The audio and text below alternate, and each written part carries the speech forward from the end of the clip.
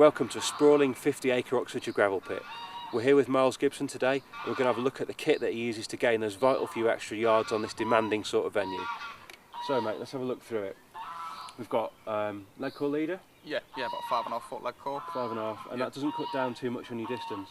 With having 13 foot rods, it allows a bit of an extra drop, so I do like to lengthen up the leg core. Also using braided leaders a lot of the time when it's out and out range fishing. And we all know it's quite buoyant, so more leg core just to keep it all pinned down near the end tackle. Yeah. So in the area of the rig, there's the braided leader would be a bit obvious, yeah. At times you get takes if they're having it, I'm sure, but it's just nice to get everything as good as it can be. So yeah, we're sort of playing the percentage game there. Yeah. Yeah. Okay, and we've got a standard lead clip. Yeah. Nothing too tricky there. So just pull back the tail rubber, and you can see that you've cut back the arm there, mate. Yeah, I only take about half of that little ribbit bit off. Yeah. Just drop the lead straight away. Yeah. Basically, I want the lead gone on the take. As soon as that fish picks up the upbait, shakes its head, I want the lead gone. Lead itself is a big one. Yeah, 5 ounce zip lead. Yeah. Why the shape? Is that important to? I find they do fly a lot better. Yeah. I mean, it might only be an extra 2, 3, 4 yards, but at times it is vital. And also the shape of them, they do seem to fly a lot better in a crosswind. Yeah, sort of able to sort of punch it and cut it through the wind. They do cut through the wind now. Yeah. Okay, now this is a bit different to what most people would use. You've got a normal size 8 swivel there, haven't you? Yep. With a sleeve pushed on the front. Yeah, just a standard 90-angle sleeve.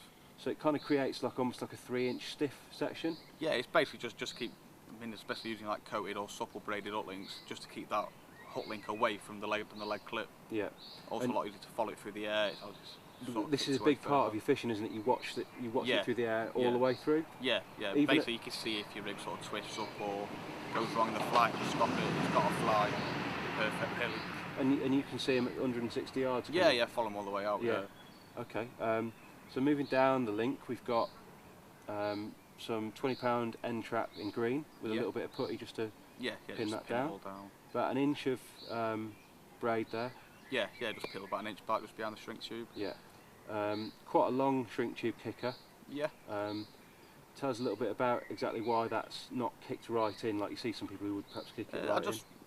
Always used it sort of just following just off the shape of the eye, just basically extending the shank of the hook really. I mean, each their own, but it's just what I've always done and always been happy with. Yeah, so it follows the natural angle of the eye, nice and straight. Moving along the shank, we've got a piece of silicone there, it's trapping the hair. And roughly about opposite the barb of the hook. So the hair comes off opposite the barb of the hook. Yeah. Little bit of shot underneath the pop-up. Tell us about the way the pop-up arrangement sits and why that all works together. Basically, just a balanced bait there. I mean, obviously it's balanced, so once that lead hits the bottom, it'll all kick away slowly. And basically, you've got the shot and the pop-up just sits basically like a bright bottom bait, but balanced.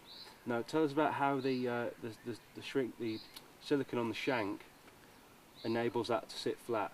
Right. Well, if you push, you see quite a lot of people fishing. I do fish my bottom baits like that, but with quite a long hair. Yeah. But on this sort of setup, you do it like that quite often. If you balance your rig, you'll see how the hook will sit up. Yeah. Off the bottom like that. So with it round the bend, the hook won't sit flat. Yeah.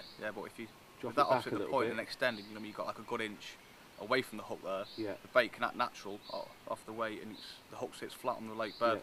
Yeah. A little wafter bait there. Okay. And that's a little homemade wafter that you use. Yeah. Okay. Well. And you use this for what percentage are you fishing on these sort of waters? Well, quite often you are fishing out at range. Yeah. Like I say, if you're fishing out at range, that's the setup I use. I mean, maybe it might be a small pop-up on there or a little hinge stiff link. But in effect, take out the hook end, all this remains pretty much the same for most of your fishing. Yeah, that's all I use really, unless it's sort of rappos in the edge. It's always been like the leg clip setup. Okay, well Myles has certainly had a load of impressive big fish on this setup, so if you're looking for those vital few extra yards, then check this one out.